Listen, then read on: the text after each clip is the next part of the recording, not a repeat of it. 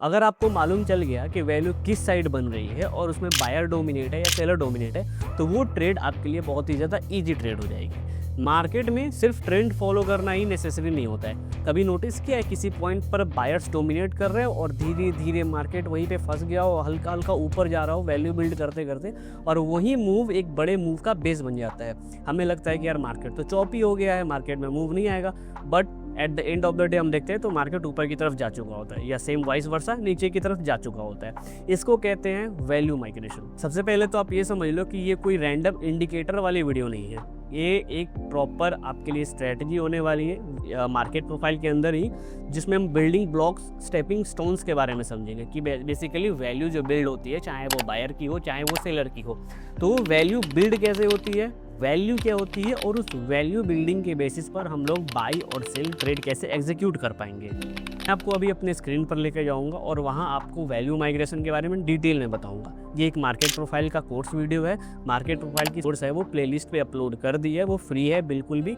आप जाके देख सकते हो वहाँ पे, और मार्केट प्रोफाइल की स्ट्रेटजी कंप्लीटली सीख सकते हो। साथ साथ वीएसए की भी स्ट्रेटजी पूरी अपलोड कर दी है मैंने, आप वो भी चेकआउट कर सकते हो।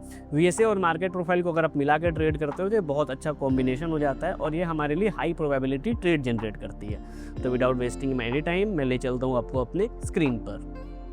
सो गाइज, आई होप अभी आपको मेरा स्क्रीन दिख रहा होगा। मैं सबसे पहले आपको बता देता हूँ ना कि वैल्यू क्या होती है। ओके, वैल्यू बनती कैसे है, इसके लिए हम व्हाइट पेपर पे चलते हैं और ये देख तो पहले बात तो ये कि मान लेते हैं कि हमने 15 मिनट टाइम फ्रेम का चार्ट रीड करना स्टार्ट किया है। ओके, तो आप ये स्टार्ट करो, ये आप समझ लो कि पहले जो एक बार होती है ना वो 15 मिनट की बार होती है। तो किसी एक पर्टिकुलर एरिया पे मान लेते हैं कि एक बार बनी, और इसी के साथ साथ एक बार और एक बार और, यानी कि total minimum 3 bars eight the same time अगर बनती है तो इस एरिया को हम लोग वैल्यू कहते हैं। मतलब कि इस पर्टिकुलर एरिया में एक वैल्यू बिल्ड हो गई है हमारे लिए। इसका मतलब मैं आपको एक बार और समझा देता हूँ कि जैसे मार्केट यहाँ पे मूव कर रहा है ऑलराइट, और किसी एक पर्टिकुलर पॉइंट पे 3 बार मिनिमम 3 बार्स एक जगह पे बन जाती है, तो हम लोग इसको कहते हैं कि यहाँ पे एक वैल्यू बिल्ड हो गई है।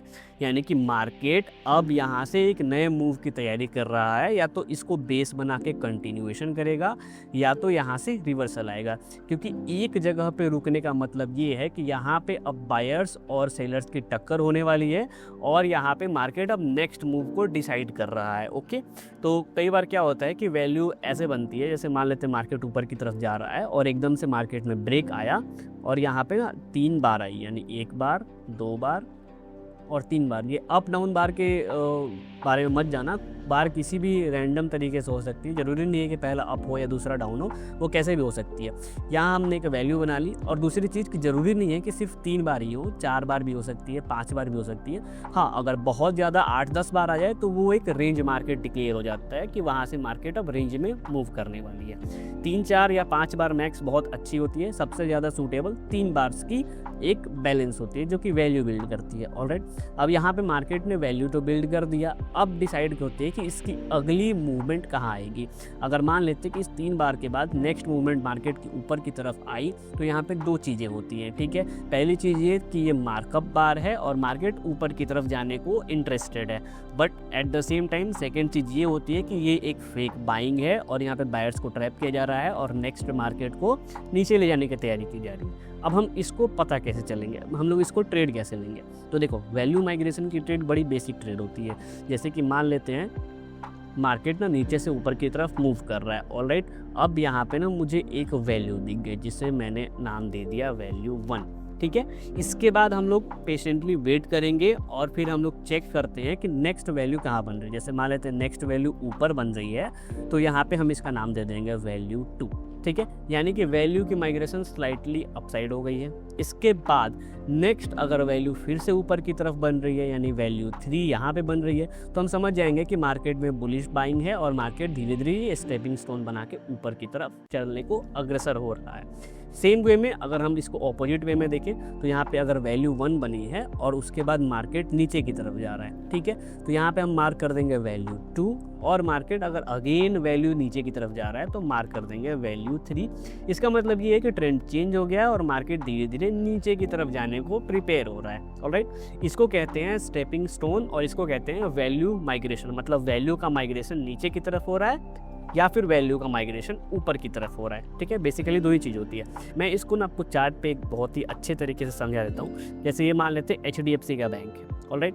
अब आप यहाँ पे चेक करो कि पहले वैल्यू दिखती कैसे है। तो ये क्लिक करो आप कि ये जो चार्ट है इसको थोड़ा सा और जूम कर देता हूँ, आपको देखने में आसानी होगा।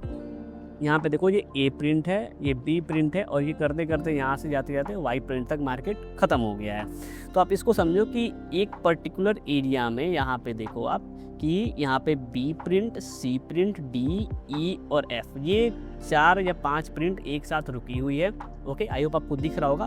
और उसके बाद जब F प्रिंट ने ऊपर की तरफ बायर्स को अट्रैक्ट किया और नीचे आया, तो यहाँ पे एक और वैल्यू हमारी क्रिएट हो गई है, और उसके नीचे एक और वैल्यू हमारी क्रिएट हो गई है, यानी कि वैल्यू 1, ठीक है, वैल्यू 2 और वैल्यू 3। इसका मतलब ये कि मार्केट वैल्यू बना के नीचे की तरफ जा रहा है। तो इसका एडवांटेज ये है ना कि जब मार्केट वैल्यू बाय वैल्यू बना के ऊपर या वैल्यू बाय वैल्यू बना के नीचे जाता है, तो उसमें ट्रेंड रिवर्सल के चांसेस बहुत कम हो जाते हैं, क्योंकि मार्केट ना अपनी वैल्यू का हिसाब रचता है। ये बात आप समझ लो। तो वैल्यू 1, वैल्यू 2, वैल्यू 3, अब मार्केट नीचे ही जाएगा। आप इस वैल्यू के बेस पे इजीली यहाँ पे सेल ट्रेड ले सकते हो, आपका टारगेट भी हो जाएगा इंट्राडे के लिए।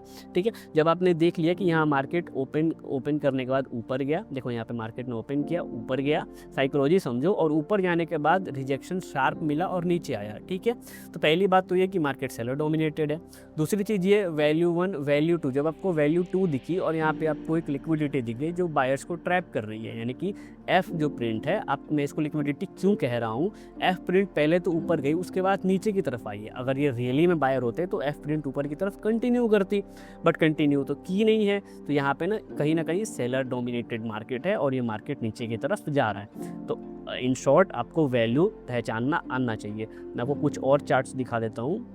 ओके, तो अब आप यहाँ पे चेक करो कि ये जो कोटक बैंक का चार्ट है, इसमें हम लोग वैल्यू आइडेंटिफाई करते हैं। जैसे कि ये एक पर्टिकुलर डे का चार्ट है, तो आप यहाँ पे देखते हैं, आपको मालूम चल जाना चाहिए कि इस एरिया में ना हमारी वैल्यू बिल्ड हुई है। ऑलराइट, अब देखो वैल्यू तो बिल्ड हो गई, बट हमारी मूवमेंट कैसे समझ में आएगी। तो दूसरी चीज़ ये देखो कि आपने कि वैल्यू एरिया हाई और POC लेवल से मार्केट रिजेक्शन ले रहा है। ये सारी चीज़ें मैंने बता दी हैं, आपको दोबारा बताने की ज़रूरत नहीं है।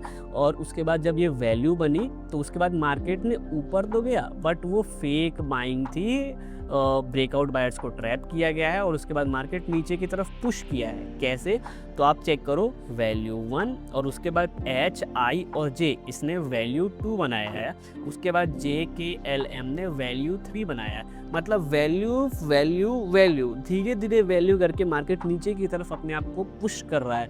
तो ऐसे मार्केट्स ना जेन्युइनली नीचे जाने के लिए नहीं आते हैं, यहाँ से रिवर्सल के चांसेस बहुत ही कम हो जाते हैं। ना तो नहीं कहूँगा, मार्केट में कुछ भी हो सकता है, मार्केट की प्रोबेबिलिटी को कोई प्रेडिक्ट नहीं कर सकता है, बट हाँ ये हाई प्रोबेबिलिटी ट्रेड्स होती हैं। ऑलराइट, अभी मैं आपको एक और चार्ट दिखा देता हूँ सन फार्मा का। ओके, यहाँ पे आप चेक करो। पहली बात तो ये आप देखते हैं वैल्यू समझ गए होंगे कि यहाँ पे वैल्यू किसके वैल्यू के बारे में बात होने वाली है। तो देखो सबसे पहले तो ये मार्केट का ये एक एरिया देखो, पहले तो मार्केट ने येस्टरडे वैल्यू एरिया हाई से अपने आप को एक्सेप्ट किया और ऊपर की तरफ है। सबसे पहले आपको ये पता चला जाना चाहिए कि मार्केट ऊपर की तरफ है। ओके, यहाँ पे मार्केट ने एक वैल्यू बनाई है, और उसके बाद मैं इसको मार्क कर ही देता हूँ डायरेक्टली, आपको आसानी होगा। ये हो गई हमारी फर्स्ट वैल्यू, ये हो गई हमारी सेकंड वैल्यू, ये हो गई हमारी थर्ड वैल्यू, और ये हो गई हमारी फोर्थ वैल्यू।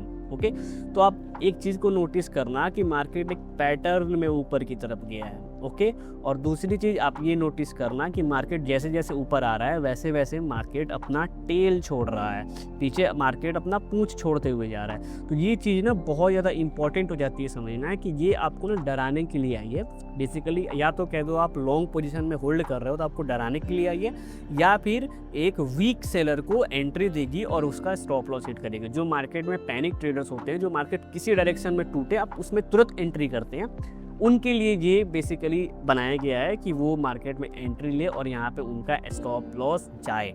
तो अगर आप एक वैल्यू बेस्ड ट्रेडर हो और आपने इस वैल्यू माइग्रेशन के बेस पे बाई ट्रेड लिया हुआ है, तब आप क्लियरली यहाँ पे इसको देख के डरोगे नहीं और आप इजीली एंट्री में बैठे रहोगे और मार्केट के मूव को एंजॉय करोगे। देखो बेसिकली चीज़ें यही होती है।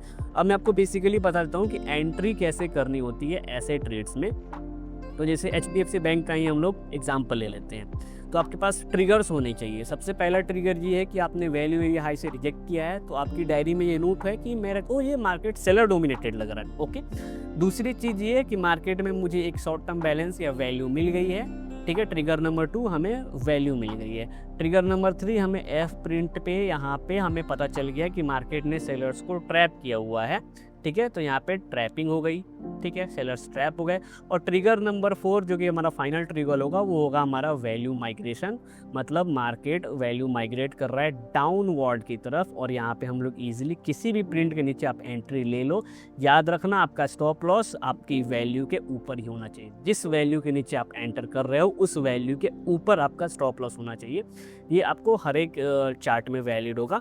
जैसे कोटक बैंक में आप ट्रेड ले रहे हो तो अगर आप इस वैल्यू के नीचे यहाँ पे आपने ट्रेड एग्जीक्यूट किया है तो आपको इस वैल्यू के ऊपर स्टॉप लॉस लगाना होगा। अगर आपने इस वैल्यू के नीचे यहाँ पे एंट्री लिया है तो आपको यहाँ पे कहीं इस वैल्यू के ऊपर जहाँ वैल्यू खत्म हो रही है एक स्टॉप लॉस लगाना होगा और आप इस मूव को एंजॉय कर सकते हो। राइट, सेम हम सन फार्मा में भी देख लेते हैं। पहली चीज़ ये कि आपने वैल्यू माइग्रेशन का वेट किया है तो आप यहाँ पे सेकंड वैल्यू के ऊपर अगर ट्रेड ले रहे हो तो आपको इस लिक्विडिटी बार के नीचे स्टॉप लॉस लगाना चाहिए, क्योंकि आपने एंट्री रेंज एक्सटेंशन पे ली है। अब ये मत पूछना प्लीज़ कि रेंज एक्सटेंशन क्या होती है, सारी वीडियोज़ मैंने बना दी है। ओके, तो मेरा जो वीडियो बनाने का जो मोटिव था, जो समरी था, वो ये है कि जब भी आपको दिखे market value value value value बनाते हुए किसी डायरेक्शन में जा रहा है तो वहाँ पे हाई प्रोबेबिलिटी ट्रेड्स होती है। ऑफ कोर्स आपको ये आंख बंद करके ट्रेड नहीं लेना है कि कहीं ऊपर बहुत बड़ा रेजिस्टेंस है और यहीं पे मैं यहाँ पे बाई ट्रेड ले रहा हूँ तो फिर ये गलती हो जाएगी, या फिर सेम यहाँ पे नीचे सपोर्ट है और मैं यहाँ पे सेल ले रहा हूँ तो ये गलती हो जाएगी। अगेन मार्केट को ट्रेड हमेशा मल्टीपल ट्रिगर्स पे करते हैं, किसी पर्टिकुलर ट्रिगर पे नहीं करते हैं। ओके, तो यहाँ पे जैसे मल्टीपल ट्रिगर्स हमारे पास क्या है, market yesterday value area high से यहाँ पे एसटीबी बना के ऊपर की तरफ जा रहा है और प्लस यहाँ पे मार्केट ने सेलर्स को ट्रैप किया है। ओके, यहाँ पे मेरे सेकंड चार्ट में मल्टीपल ट्रिगर मेरे लिए क्या है, यहाँ पे मार्केट किसी पर्टिकुलर वैल्यू एरिया को रिजेक्ट कर रहा है प्लस लिक्विडिटी दे रहा है, तब जाके मैं यहाँ पे सेल ले रहा हूँ। मैं सिर्फ वैल्यू माइग्रेशन के बेस पे सेल नहीं ले रहा हूँ, मेरे पास 3-4 ट्रिगर्स होते हैं। HDFC बैंक में जैसे मार्केट ओपन हुआ और स्ट्रॉन्ग सेलिंग दिखी, मुझे पहले ही वैल्यू एरिया से रिजेक्ट हो रहा है इसलिए मैं वैल्यू माइग्रेशन पर ट्रेड ले रहा हूँ, ना कि मुझे कहीं भी चलता फिरता वैल्यू माइग्रेशन दिखी और मैं ट्रेड में घुस के, ऐसा नहीं करते हैं। हमेशा स्ट्रॉन्ग ट्रिगर पर जाते हैं और मल्टीपल ट्रिगर्स पर जाते हैं। Okay, so guys value migration के लिए आज के लिए इतना ही। अगर आपको कोई भी डाउट हो प्लीज़ कमेंट करो, इंस्टाग्राम पे मैसेज करो, मैं वहाँ पे भी रिप्लाई दूंगा और आपके कमेंट का भी रिप्लाई दूंगा। कोई भी डाउट हो प्लीज़ कमेंट करो। आप मेरे यूट्यूब चैनल पे जाके मल्टीपल मार्केट प्रोफाइल की वीडियोस डाली हुई हैं, आप उसको चेकआउट कर सकते हो। ठीक है, आई होप आपको वीडियो पसंद आया हो। अगर पसंद आया हो तो आप सब्सक्राइब कर सकते हो चैनल को। मिलेंगे आपसे नेक्स्ट वीडियो में, तब तक के लिए बाय बाय, टेक केयर।